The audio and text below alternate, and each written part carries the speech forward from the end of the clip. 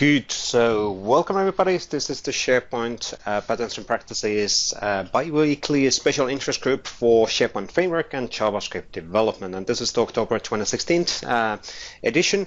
So the autumn is coming. Actually in Helsinki it is snowing first time this year, or first time this autumn, and we got like 5 to 7 centimeters snow in the yard, which is pretty weird. Anyway, thank you everybody for joining. Let's see how many people we get on this call this time.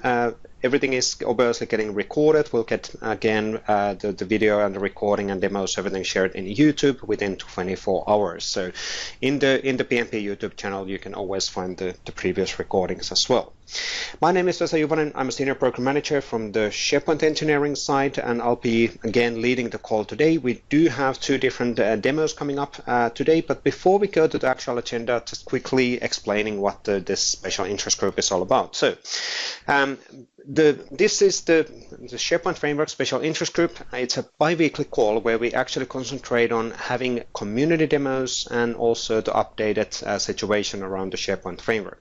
We actually, in the PMP, we do have two different special interest group sessions, and every single Thursday we do have a call. So bi-weekly it's about SharePoint Framework and JavaScript development, and bi-weekly it is around the PMP provisioning and the CSAM and other kind of a general SharePoint development topics. So bi-weekly more on the SharePoint Framework, and bi-weekly more on other topics as well, like add-ins and all of that. Now, in here, we want to talk about the SharePoint Framework and the client-side development patterns, and we talk about also the SharePoint, the PMP JavaScript core component, which is a good example of a JavaScript development model. Now, in today's call, we actually again kind of skip the PMP JavaScript core section explicitly because Patrick, who's leading that effort, is still happily on parental leave. I was just chatting with him on a Slack. Yes, we are using Slack due to various reasons. Let's not actually tackle on that one.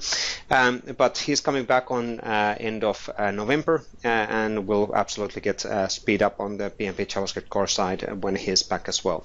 There is actually stuff happening on there. People are using that quite nicely, and there's new development even happening by community contributions.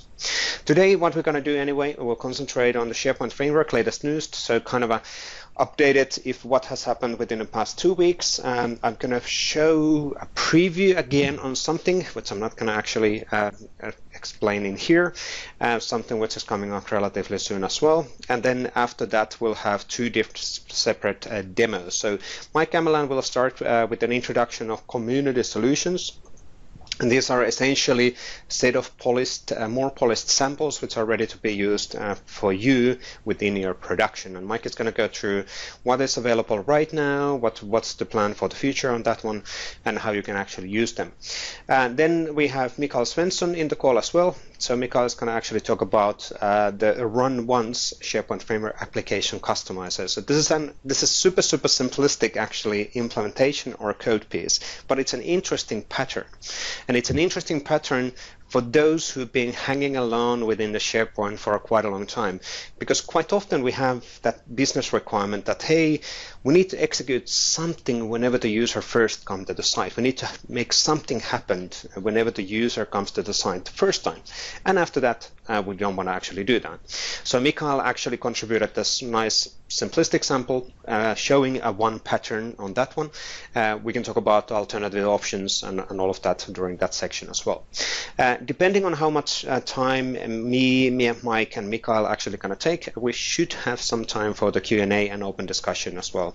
So if you have any random questions, if you have challenges, if you want to provide feedback on the engineering, on our documentation, samples, guidance, whatever, please do so. And obviously during the call, feel free to use the iron window as much as possible. We'll try to follow up on the questions and as we move along. Now, let me actually start. Before we go to the SharePoint Framework news and latest on that one, a few notes in here. So opportunities for participating in the PMP SharePoint Framework Special Interest Group. And I'm going to mute somebody from here. So we're not actually going to have some background noise. There we go. So if you are interested, we obviously are always looking for community contributions.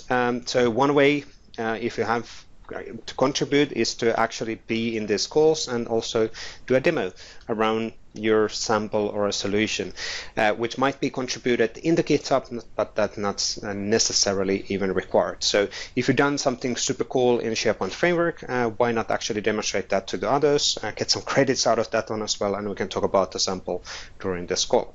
You can absolutely contribute in the GitHub, in the SharePoint GitHub organization. And we have quite a few repositories there, but if you go through our monthly communications in the dev.office.com/blogs, you'll find out the meaning of each repository, hopefully, and they should have pretty okay README files and clarification on what the repositories are all about.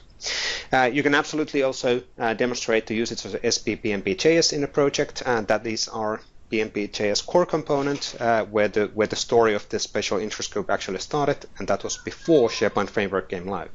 And also provide feedback. So please keep on that feedback coming. We're super interested on helping you.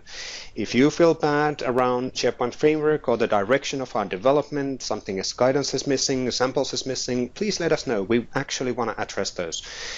So be open. Negative feedback, absolutely welcome as well. It doesn't have to be positive. We want to address and help you to be successful with SharePoint in the future as well.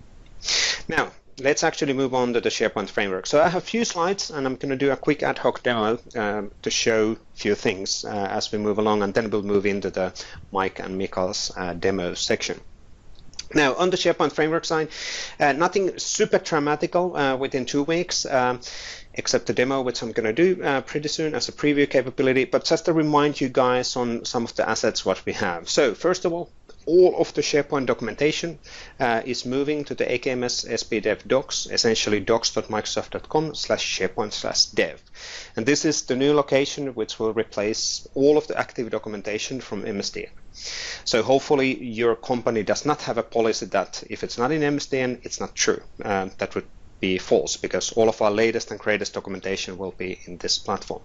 One of the advantages of this docs.microsoft.com platform is that you can actually contribute. There's commenting systems, there's alerting systems, there's a lot of other benefits on this one as well. MSDN essentially was too old and not flexible enough for community contributions and not fast enough for us to contribute and to provide guidance for the community. But have a look. If something is missing, if something is wrong, let us know. We'll fix it, and we'll move along in the future by using this one. A lot of our existing active MSDN articles will be moved here as well, and obviously we're looking into adding additional content here as well. One of the examples being, for example, the REST API documentation, which I think it's fair to say that it's not in the right level right now, and we need to get some additional investments on the REST API documentation, so people actually know what are the REST APIs which are available, which are supported, which you can use, and how to achieve typical scenarios. Now, just out of letting you know, I was just checking the statistics this morning from the docs.microsoft.com, and the most active, obviously, pages, they are SharePoint Framework, they are REST APIs, so people are looking more and more on the future ways and the future-proven ways of doing customizations within the SharePoint. The other thing here, which I quickly wanted to pinpoint, is the reusable controls for a SharePoint Framework solution. This was something which we announced in Ignite. We haven't actually evolved this too much after Ignite yet, but we're looking into adding, getting contributions here. Chris Kent actually contributed already with one additional control and looking additional things here as well.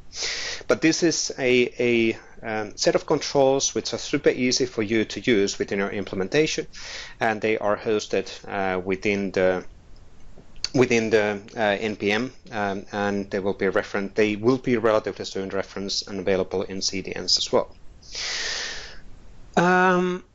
Oh, there's a good comment from Russell Gove. Should move Office UI Fabric docs to docs.microsoft.com. Absolutely agree on that. That is actually in progress, but it will still take a while. But that's going to happen. Absolutely, we want to make them be available in a one centralized location.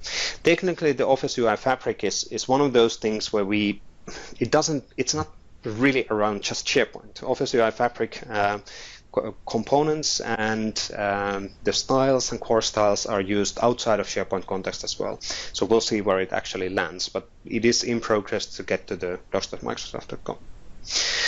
Now, the one thing what I wanted to also pinpoint, I didn't update the picture, but I'm going to do a quick demo on this one as well. We're super interested on actually getting your feedback on this one. So one of the things what we are constantly getting as a feedback from the community is that especially for, let's say, people who are more used to old SharePoint farm solution development, is that, hey, I don't like the SharePoint framework because I need to do stuff in the console, and doing that, all of those commands in the console, I can't remember that. So I want to have a native, or I want to have a better experience in the Visual Studio IDE, not within the Visual Studio code side. And we do have this community open source driven extension where, well, it has been originally created by Paul Schaffelin and Eric Jobs, and I helped slightly, just small polishing things here and there. We're looking into evolving this one in the future as well. So, but we want to understand, A, is it useful? B, is there interest? Or is it something that people are just saying that, yeah, I want to do this in the Visual Studio, but they're not actually really willing to do so. So what I wanted to do today, before we go to the Mike's and Mikael's session, is to quickly show you how that works. I'm going to actually run it in the debug mode directly in the Visual Studio, but show you what does it actually provide and how does it actually work. So you'll get some sort of a feeling, what does it actually do. But we would absolutely appreciate feedback on this one. For example, using the issue lists in the GitHub where this development happens, or then in the SP Dev Docs issue list, or in the social media. If something is missing, let us know, and we'll try to address that in the future. The reality so far, let's say, investments and the engineering also in Microsoft is that we need to understand the demand, and then we'll obviously assign our resources for those areas where we have the biggest demand. And without understanding the demand, for example, for this one, we don't know if we will be investing on this. So please let us know how useful this one is. Or you can use the Iron window right now during my demo as well. But before we let's actually do that. So let's have a quick demo. So this is kind of an ad hoc demo. I didn't super prepare this before the call. So let's see if everything is working properly. But there's two things what I wanted to quickly demo before we go to the Mike's and Mikael's sections. Number one thing is the Visual Studio extension. So how does it actually work? What does it actually do? And explain, is it useful or not? The second thing is around an upcoming change or upcoming improvement, which is around the Office UI Fabric core support. So we will have an Office UI Fabric core support improvements coming up quite soon, and you're able to start using the Fabric also with non-React projects. And this improvement is coming out relatively soon with the new version of the SharePoint framework, Yeoman templates and the packages as well. Not quite sure. Somebody is sharing. Why is somebody knows my password? How is that possible? No, never mind. Speaking of Fabric,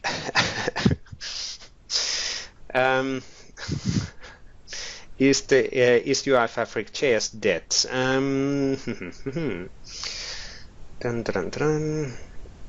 The getting started link always takes you to React. Reason I'm asking because I want to incorporate this to the MVC add-in. So the idea of Office UI Fabric core is that you can actually use that within not in the non-React areas as well.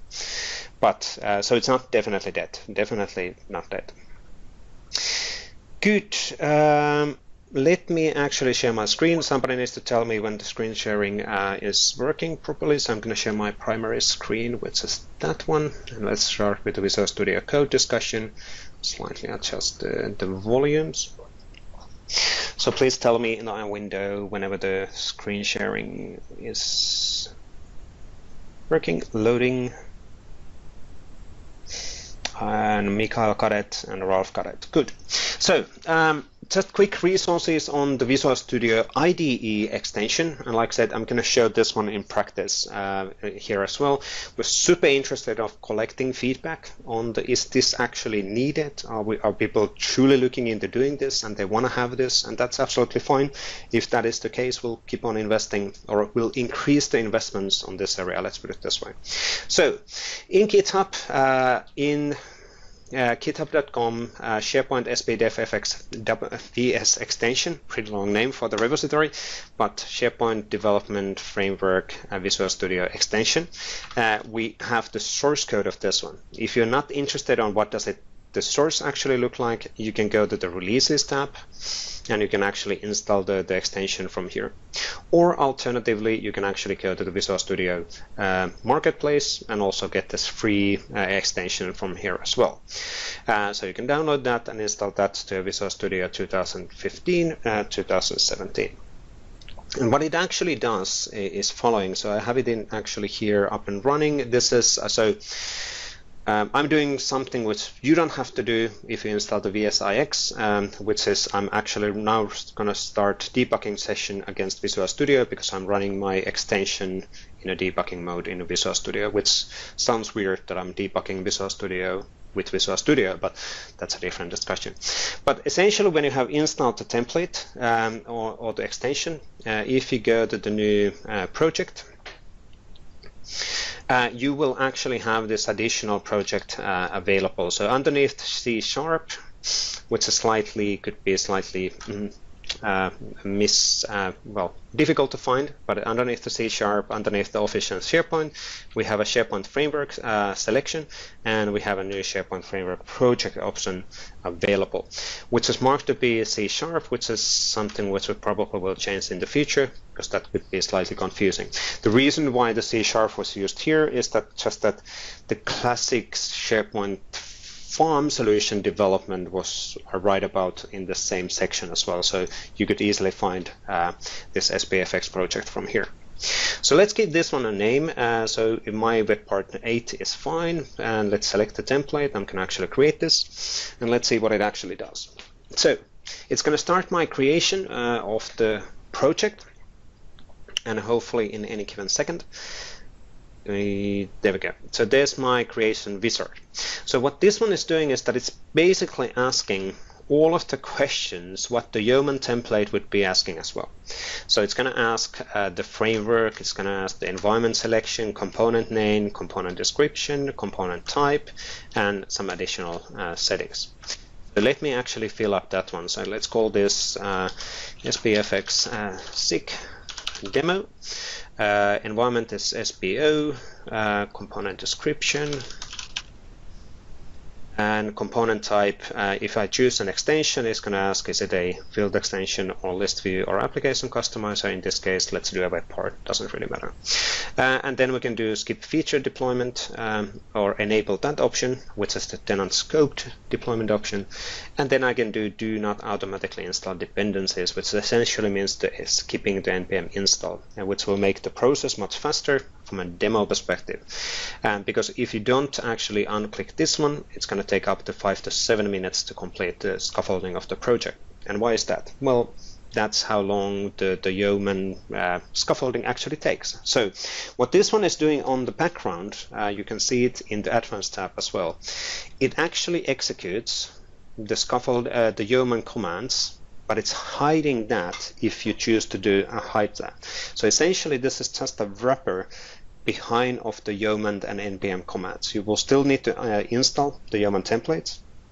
You'll still need to make sure that you have an npm and Yeoman installed on your machine. But using this one, you actually can just make this creation of the project and adding items without going to the console side. In this case, let's actually check this one so we can actually see what's happening. So that's the command which the template generator will actually execute. Because I have the checkbox enabled and I click generate, it's going to actually pop up a console so we can see what's actually happening on behind of the scenes. So there we go, there's my project is created. What happened was that it scaffolded my project, but because I didn't wanted to do an npm install, it didn't take that long. And now if I close this one, let's write exit, we can actually see that within a Visual Studio, it will now do the following step and create my solution, add the items to the solution and all of that, and there's my solution structure. So now if let's actually unpin that one, so we can see that it's exactly the same structure as it would be in Visual Studio Code. clearly because it is that structure, which is the SharePoint framework structure. And we can also find the web part in here, and we can do then TypeScript development in Visual Studio. Also, if I want to now add something here, I can go add a new item, and in the new item selection we can actually see, let's see if I extend that one and that one, we can actually see SharePoint framework item here as a selection, and that's going to actually start the process of creating the item. So let's actually start that, and there we go. Now we can actually again select the component type, and if it's an extension, the extension type. Now I can see Paul online. Somebody actually unmuted himself, so I can hear some background noise. So please do mute yourself. But Paul, if you have any items to add on the demo or clarifications, anything you want to add on my which I'm missing? Paul? Shuffling. Paul? Okay. So feeling shy on the audio side. Okay, thank you, Paul. Anyway, so if I want to add a new web part here, it's essentially just a new VP, and I can again choose the framework. And again, what happens on the background, it executes that command without the end user to know. So if I add that one there now, there we go, and generate, we can actually see that it's now adding that additional web part. It's going to take a while. It's executing that. It runs the Yeoman generator in the same way as you could do that manually on the command line as well. And come on, in a second, it's going to add the item in the solution. It doesn't actually matter. You get the point. What's actually happening now? What we want, like mentioned, feedback. So please, if this is useful, let us know, so we know that we can keep on investing on things. If you have enhancement ideas, please let us know so we can actually get things moving. There is some small challenges which we are already addressing and try to address, like F5 experience on the Visual Studio. That's actually slightly challenging to Visual Studio, not do the template model, but that's a different discussion where we don't actually need to go. Good. The other thing what I wanted to quickly show before we go to the, I think Mike will start, is the upcoming updates on the Office UI Fabric support. So pretty soon we'll have an updated templates coming up, and that's going to actually do a quite significant change on our styling model. And the reason why we do that is that we want to make sure that you are able to use Office UI Fabric core styles in a non-React web parts as well. So basically what's going to happen, and like I said, this is preview stuff, you don't have access on this one yet, so don't even try to update your stuff. Right now, what will happen is that we'll actually provide an updated package, which will be called SP Office UI Fabric Core. And this package will then essentially enable you to use Office UI Fabric styles in a non-React web parts as well, in a safe way. So basically, if we quickly, and it will support natively the theming of the sites and all of that. So if I do call observe, quick demo on this one. Dun, dun, dun, dun, dun, dun. This goes cloud. That one. I'm going to actually quickly jump to one of the test tenants, so I can show this one in practice. There's the group site, and let me actually go to a workbench underneath the group site, so I can show the workbench or the web part in this context as well. So let me go to that and select Hello World. Right now, that's blue, nothing too fancy. But because it's using the Office UI Fabric styling, it natively understands, for example, the theming of the site. So if I go to the site level and flip the look and feel of the site to be something super cool, that's a pretty cool looking style, which I created for one of the demos, which we recorded a while back. Not that cool looking style. But now if I go to the workbench and if I refresh the workbench, you can actually see that my web part is adapting to that styling automatically as well. So you don't actually, if you don't want to, you can follow up on the styling directly. If you want to override and you want to look down to a specific colors in Office UI Fabric, that's possible as well.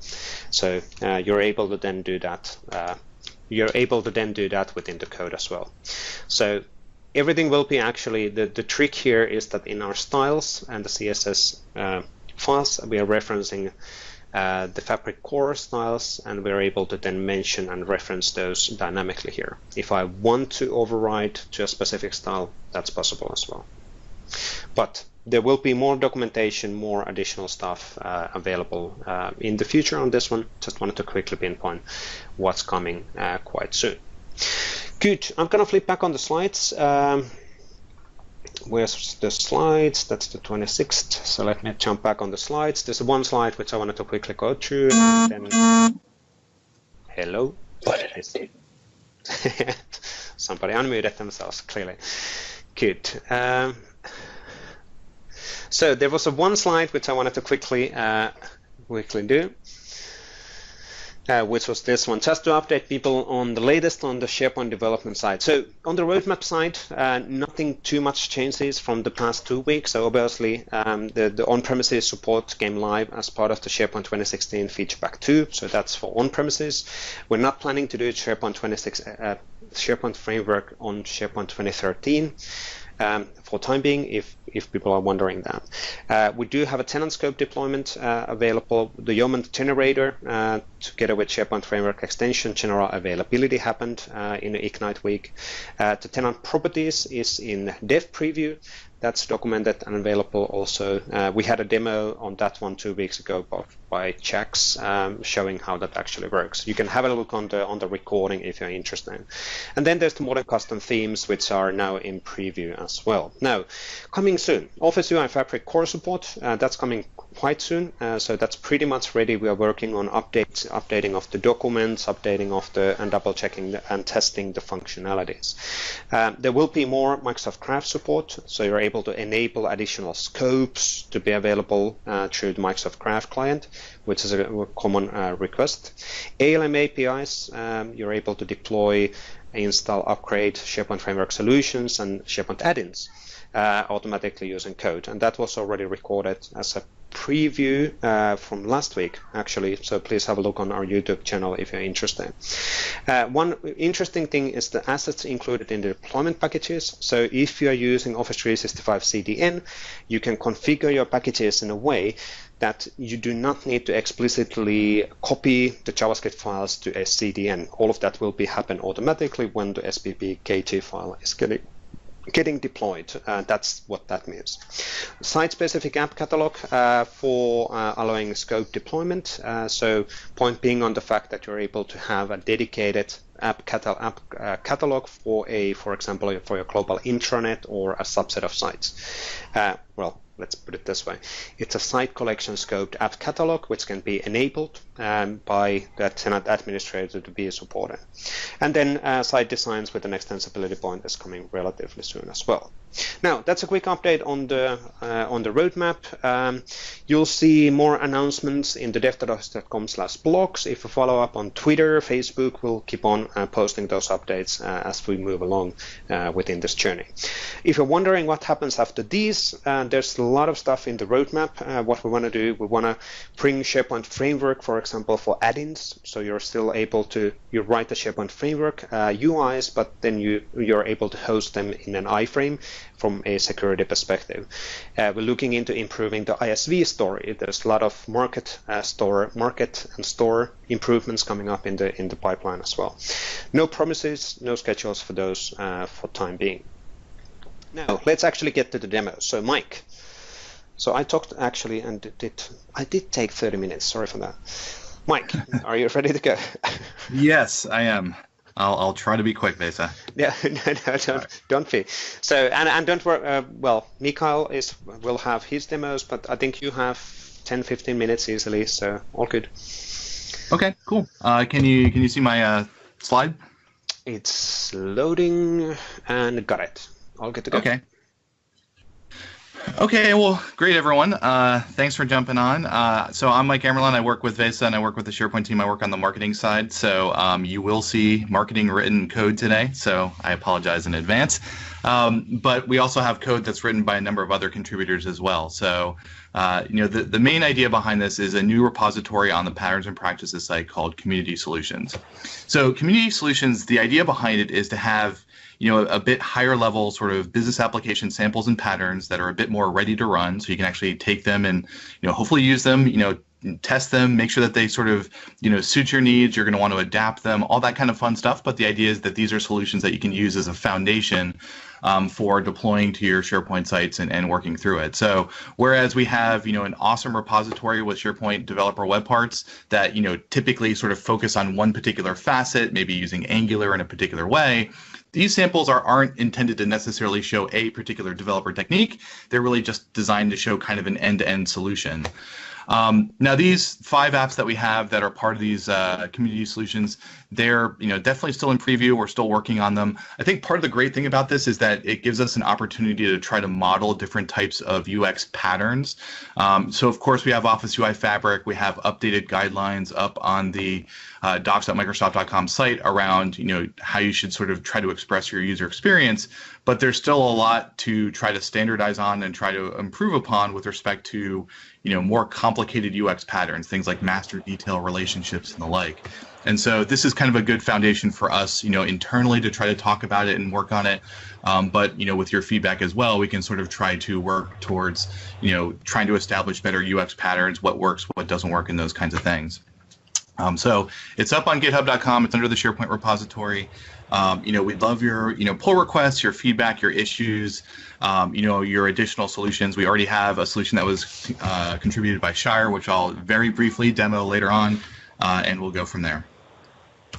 Okay, so the first solution that we have here is just a very simple one called contact management. So, this isn't intended to be sort of a full CRM system, but the idea behind it is that you typically want to track organizations and people, and you want to do that fairly quickly. Of course, we have modern SharePoint lists, and that user experience is a massive improvement upon the list user experience from before, but sometimes there's even room to have a higher quality, more targeted type of user experience. In this case, as you might imagine, it's a little bit of a relational database from a SharePoint list perspective. We have a list of organizations, we have a list of people. You want to sort of model those items related together so that users don't have to sort of individually go to separate lists to try to connect them together. So it's a great reason to go use SharePoint Framework to go build out an app, and that's what this CRM experience does. Now, CRM, very, very, very, very, very light experience does. Let me make sure that that's clear. So, a lot of these solutions are fundamentally modeled off of, if you think about the to-do web part, there's a lot of patterns there in terms of how you set up the data providers and how you work through it. So that was a little bit of an inspiration. So you'll see that throughout these samples. The one thing that I wanted to show with this particular web part, I'm going to come over to my site over here. Let me go to my... Let's say, for example, I needed to go ahead and manage a set of vendors for my Contoso Travel Equipment Adventure Company. So in this case, what we have here is a very simple, database of a list of vendors. This is the SharePoint Framework web part. You can do things like, of course, drill in on a particular company. So we've got Wingtip over here. There's a lot of fields. There's room to do things with a SharePoint Framework web part to make the form more customizable.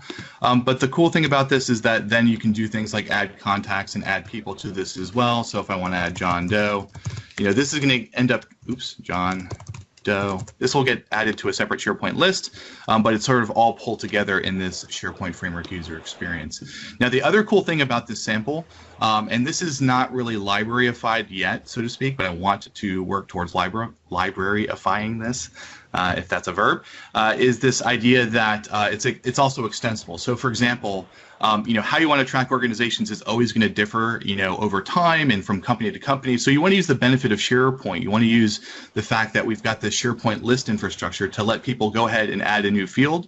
So in this case, maybe what I'm going to do is I'm going to, this is the list of organizations that stores the backing list of organizations behind the scenes. Maybe I want to add a custom field called, preferred airline or something like that. Maybe I want to track their preferred airline or something along those lines. I can add a custom field to this. I can even misspell it. And if I come back to my solution, the beauty of this is that it's adaptable. So if I come back to my SharePoint Framework web part, I drill into a wingtip and I hit edit. Now what you'll see is that it's got a preferred airline field, and I can say, well, not Delta, Alaska Airlines or something like that. So this solution is extensible so that you can actually add custom fields onto it, and they end up showing up in the web part without needing to recompile the code. So just taking a look at the code behind the scenes for this solution in particular, this is kind of a standard SharePoint Framework web part. We have our web part here, but it's implemented in React. We have a number of different components for showing, lists of organizations and display items as well. But the thing that makes that sort of extensibility possible is that I have a number of different components here for, implementing a very basic, date field editor experience, a date field display experience, things like a lookup field editor experience, a multi-line text field. It's got a number of different controls and components here that are designed to make it possible for, anticipating new fields in your SharePoint list and then letting you, edit them. There's an item, where is it? There's a item field iterator control, which you can see over here. What this does is a very simple way to, take an arbitrary list of fields that are on a list and then just render them in a sort of a 2-column format, a little bit extensible. But the idea is that, as new fields get rendered over time and added to that list, it will automatically render those. And, if you're at all familiar with SharePoint forms from 2007, goodness knows I am, some of these control names are kind of a little familiar, the concept of a field iterator and those kinds of things. Maybe I'm, die hard for some of that old stuff. But anywho, the idea behind the context management, it shows these concepts of multiple lists working together. There's things like a tagging functionality, so I can go ahead and tag this as, okay, this is a company that sells me water type goods. That's coming from another SharePoint list as well. So the idea behind the scenes is that it's pulling all these lists together and it's also allowing for extensibility. And so this is just one of the set of solutions that we're looking to, basically work on and polish. It also has kind of a cool query functionality as well. So if you have a lot of organizations and you want to find them based on, I don't know, maybe their preferred airline, if I wanted to find them based on their preferred airline and I wanted to find them based on, Alaska Airlines, you could do that as well. So it's got kind of a nice query functionality. So that's context management. That's one. I'm going to go through the other ones a little bit more quickly. But it does show that pattern of using fields to allow for easy customization. Part of what I want to do with these solutions as well, just from the sort of the marketing point of view, to give you sort of the idea there is, I think SharePoint really makes a great business application platform. There's so many services that come with SharePoint, things like extensible fields, things like integration with Flow, the fact that your list has a recycle bin for making sure that you can preserve, data, that are really great utilities for developers that I think it's a really compelling option a lot of times to build these kinds of solutions on top of SharePoint. So, just trying to use these as a way to kind of demonstrate those kinds of concepts to different types of developers. Okay, so next solution is just a very simple inventory and checkout list. So I'm going to come back to my page over here. And so here I just have a very simple list of items that are in our Adventure equipment inventory. So in this case, we have an internal frame backpack. We have 5 of those that are in a storage closet over by my office. People can come into this website and they can say, okay, it's checked out, to me, and I'm going to plan to bring that back after Halloween. And, well, maybe I won't fill that in yet, but, and then I can go ahead and say I wanted to go check out 2 of those backpacks. Oh, wait, I can't check out 12 because there's only 5. And then from here, what it'll do is it'll just create a separate checkout for me. And then later on down the line, when I come back, I can go check this in. You can see that it'll sort of track the set of things that I've checked out and the like as well. So just a very simple, fairly common scenario if you've, ever had like a device lab or something like that where, you've got different types of, Android and iPhone type devices that you want to let people lend and borrow. Just a very simple, scalable solution for that. And again, a lot of what this does is it actually pulls together, just different lists together into one user experience as well. So that's just a very simple example, lending library and simple checkouts. There's different ways to track it as well. One of the benefits, again, of building this on SharePoint is that you can do things like, for example, integrate a flow with this list so that, if somebody checks something out, you can build a custom flow process that notifies people that somebody's checked something out or do different types of things. So again, another great proof of concept of using SharePoint as a lending library. library. Now, some of you might be saying, well, but I could actually build this entire experience in Power Apps. That is a great example as well. You could build a lending library in Power Apps. There's templates for that. But the benefit of using SharePoint Framework here is, of course, that you get a highly performant, very tailored experience on your website. Anyway, just trying to demonstrate that concept as well. Okay, another one is just the old classic hit called change requests, which is, of course, every organization has a need to track change requests. Maybe you want to put a very simple login issue button on your website that then goes into a queue. And again, one of the key concepts here is that you want to have a way for end users to come to your site and log a change request. But then what you want to do maybe behind the scenes is assign it to a person, have your own internal triage, have your own way to track that information that gets kept separately from what the end user sees. Like maybe, if somebody reports a plumbing issue, you want to, make sure that you handle it. But if it doesn't repro, maybe that conversation between you and your team, you want to keep it a little bit private. So it uses two separate SharePoint lists to implement this concept, so that you can independently secure the set of change requests from the actual discussion around it. So in this case, I've got a web part on my homepage. Did you experience an issue with some equipment? Log an issue. You can click create a new change repair request. We have maybe a little bit of UX cleanup here, so I apologize around that. You can say, okay, water is leaking near building 2, like this. And so this will create a change request behind the scenes. And then when you actually come over here, there's a separate web part. So this actually has two web parts. One is a web part that you put, in front of your users. And then the second is sort of a triage application, a triage web part that you probably put on a separate page. And then, you can see this request that we just created. Again, as I was mentioning, we need to work a little bit through the user experience and the user experience patterns here, because this type of scrolling experience is not super optimal. But you can see all the different triage information, and I can say investigating like this, so that the person who opened the request can see that we're working on it. But then behind the scenes, I can say, okay, let's go assign this autocomplete. But you can then give it a priority and a substatus, and you can say, well, we're just going to leave that leak in place because why not? And then hit save, and it goes back to the user. So the idea is you have this sort of separate triage process. The other nice thing about this is that it's designed to be customizable, so that you can make this about you can change the sort of the nouns and verb that are used in this web part, so you can actually tailor it to whether you're talking about website issues or whether you're talking about plumbing issues. You can use the right language with your customers so that you can see it. Let's take a look at the code. I'm kind of going through this a little quickly, but what you'll see here is, so you see in this, we have the different types of solutions that are available here. The change request one is over here. We've got those two web parts that I talked about. So there's a change request management web part, which is the overall, triage tool for working with the web parts. And then we have the My Change Request web part, which is that sort of website component that lets you go ahead and then sort of solicit new change requests from a particular person, and those kinds of things. And for all of these web parts, what you'll see is for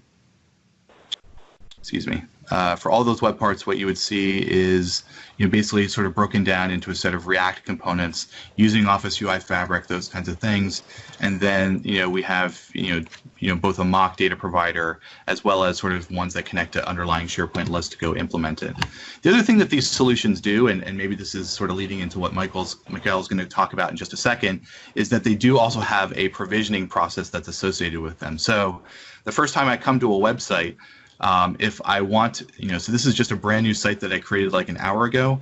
If I go back to a home page and I add the web part for the first time, so in this case, let me go to home. Let me go edit this one.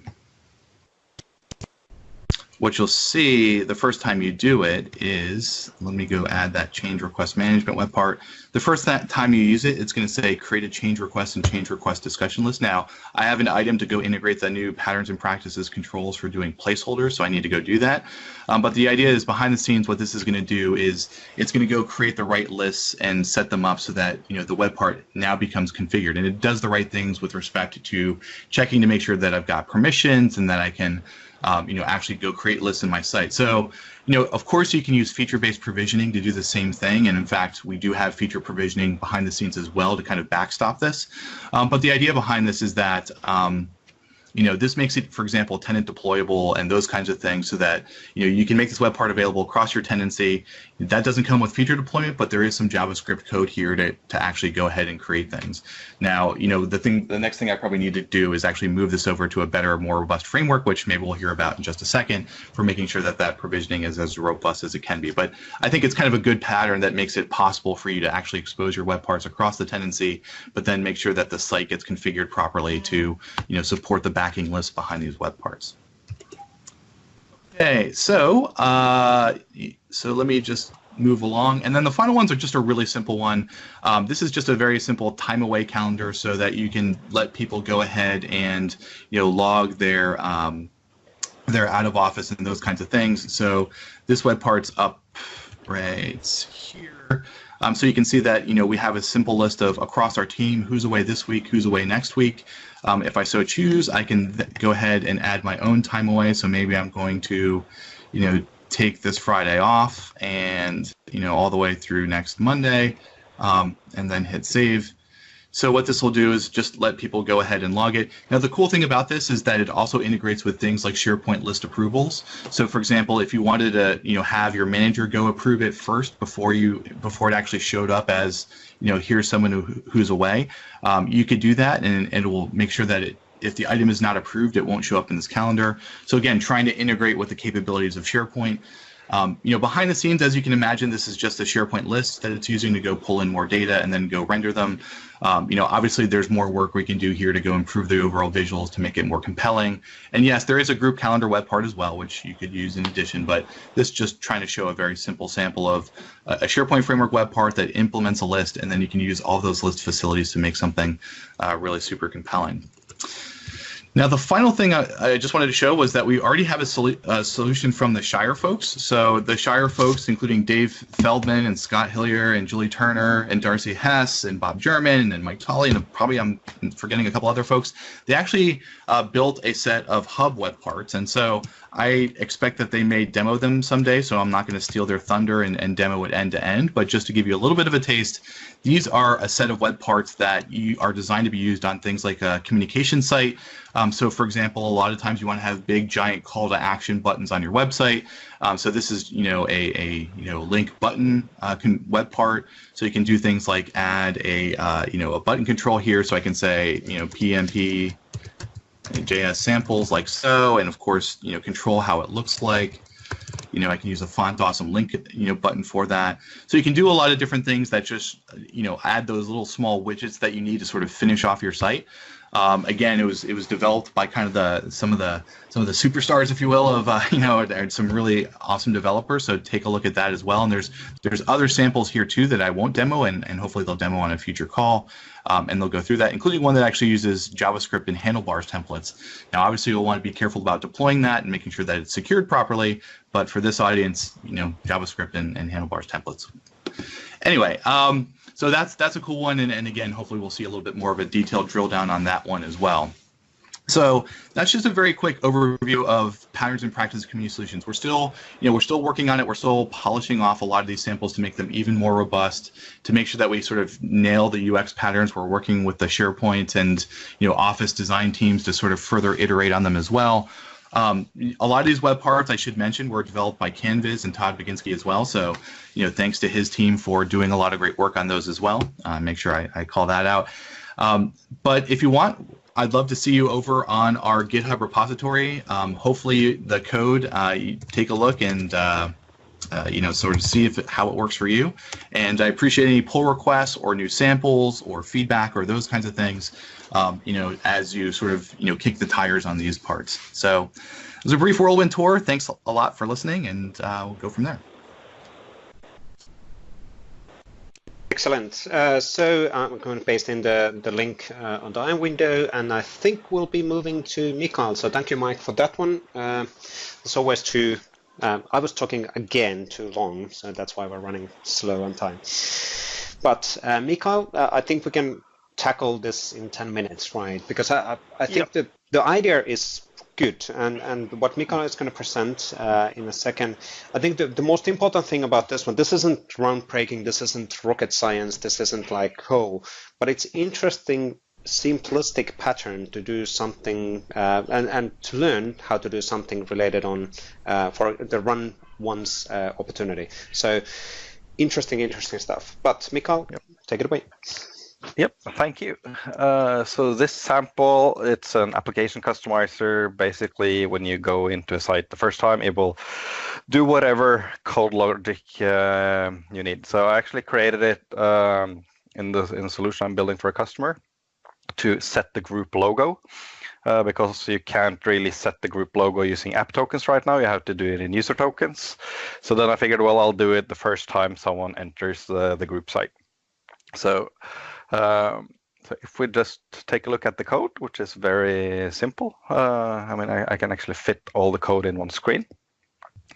So on init, it just checks first that you're actually an admin on the site.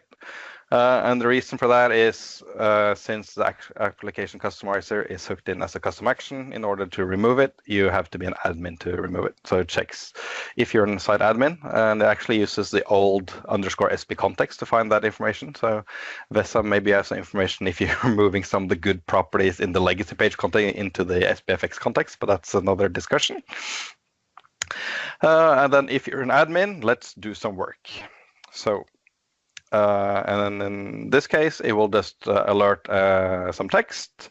And then I have a 3-second timeout, and then it will loop over whatever custom actions are there. And then it checks here if the custom action has the same ID as this component, because that's the same ID.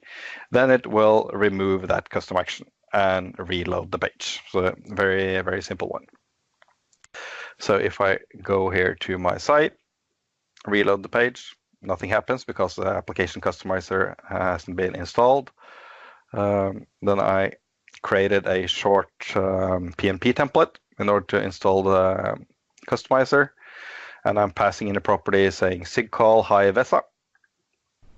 And if I just apply that to my site, so you see I already have two extensions installed on this site. Now we're installing the third one. So if I get all my custom action now you see I have 3. And let's go back to the site. It says alert, SIG call hi Vesa. And now I'm going to open the debug tools. I click OK. So if we watch down here, we will extension removed, reload the page.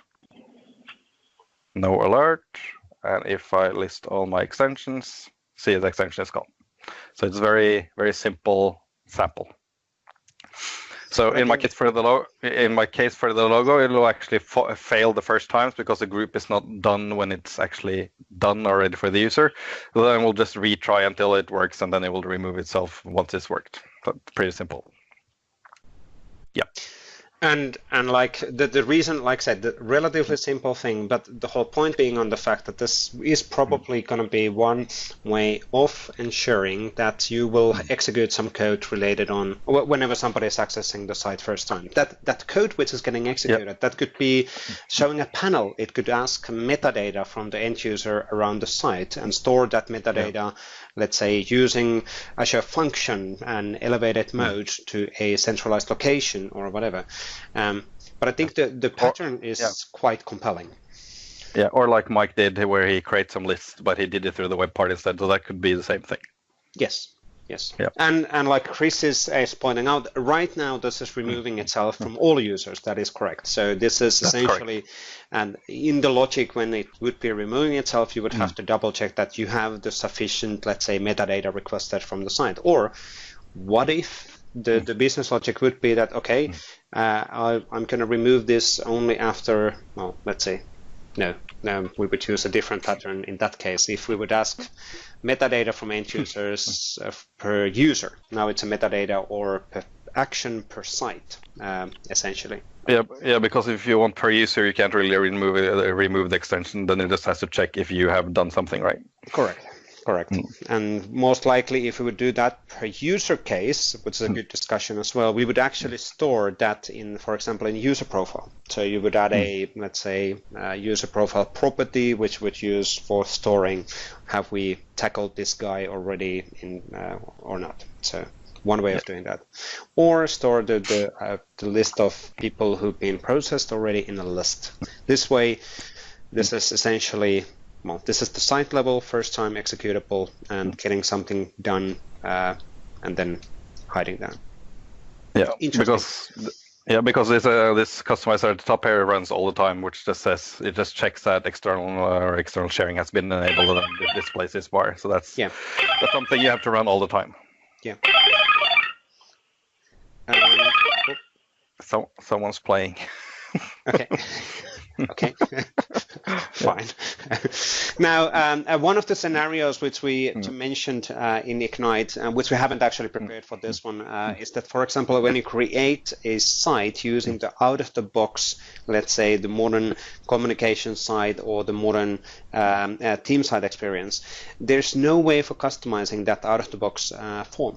How do you create the sites? But if you would need to still get a metadata on the site level, you would be able to then use this kind of a model to collect the metadata whenever the first person accesses the site, as an example. There's multiple ways of doing that, and obviously we'll get additional documentation and guidance and patterns around this one written down. I guess I'll just note, since you're talking about metadata, so you see this web part right here. Yep. That's actually metadata stored in the graph. So there's a web part on the front page where you can then, since I'm an owner, I can actually change, for example, who's my responsible. Yeah. Yeah. So but that could have been an application customizer as well, of course. True. Yeah. True. Good. But there's a lot of end user scenarios, I guess, where you have to be the user when you do something. Yes. Indeed. And then, well, there's multiple other ways of then doing elevation of priorities, and maybe we should actually do a demo on that one sooner or later as well. But I think that's it. We're running out of time as well. Any random questions around the topics which we've gone through today? I think Mike answered on the hub web part example. The Mikael's sample link was put on the window as well. Meaning of life and the SharePoint framework experience. The answer is exactly the same for both. Yes. 42 plus 1. Yeah. 42 plus. Fabulous 42. No. That's mixing things. Fabricam. No a massive amount of questions. What's that to call Azure functions for SharePoint framework? Is the iframe pattern still recommended? That would be one way of doing that, yes. If you would need to do authorization or authenticated call against authenticated Azure function, and that would be the way to do that, using the hidden iframe model. So that you don't have to have an anonymous endpoint exposed in the Azure function side. That's really the key of that discussion. On the reusable controls, is there any plans to try to keep them visually aligned? Keep them visually aligned. What does that mean? Not. I'm not quite sure. If there is not alignment on there, we're using Office UI Fabric React and Office UI Fabric Core within those components as well. So that's really the way we're planning to do in the future as well, making sure that they're consistent and they are using the same UI as SharePoint in general. If there's something different, it might be purpose or bug. Yes, if there's, and please let us know if there's any issues with those. All based on Office UI. Yep, that is absolutely the idea. Using the Office UI Fabric, making sure that they are consistent. Yes. Now that means the Office UI, the reusable controls will be using Office UI Fabric. Yes, it would be good if all majority of our samples would be doing that in multiple different technologies. There are certain challenges still on the Angular side. We'll have some news announcements on that one sooner or later, which is pretty cool. But that's not because of SharePoint. That's actually because of Angular, as an example. But there's some development on that side as well. Unload Bootstrap. Yeah. Just a quick shout out and plug. I think a lot of us are going to be at the European SharePoint conference, and yes, we'll be talking through a lot of developer scenarios there, and probably talking about some new things as well. So, it's a quick plug that even if you're not going, maybe stay tuned to the European SharePoint conference, which is November 13th through the 16th. Yes, we always schedule our large announcements on these conferences. But good, I think we ran out of time. So thank you everybody for joining. Thank you Mike and thank you Mikael for your demos. Hopefully there's new ideas from the demos as well, and additional assets and resources which you can use within your work, day-to-day work as well. So thank you everybody. We'll have the following special interest group meeting around SharePoint Framework on November 9th, and then the general SharePoint development special interest group within the next week, where we won't probably talk about SharePoint Framework, and we'll see what we're going to talk about there. But hoping to see you also in ESBC. I will be there as well, and have fun. Visual Studio extensions for the win. Yes, thanks Paul for reminding on that one. Please have a feedback coming up on that one as well. But a recording will be available within 24 hours in the YouTube channel. We'll post some social media tweets when that happens. But thank you everybody. Thank you for joining. Thank you for your feedback. Thank you for your input, and let's keep that communication channel open. Thank you. Bye-bye.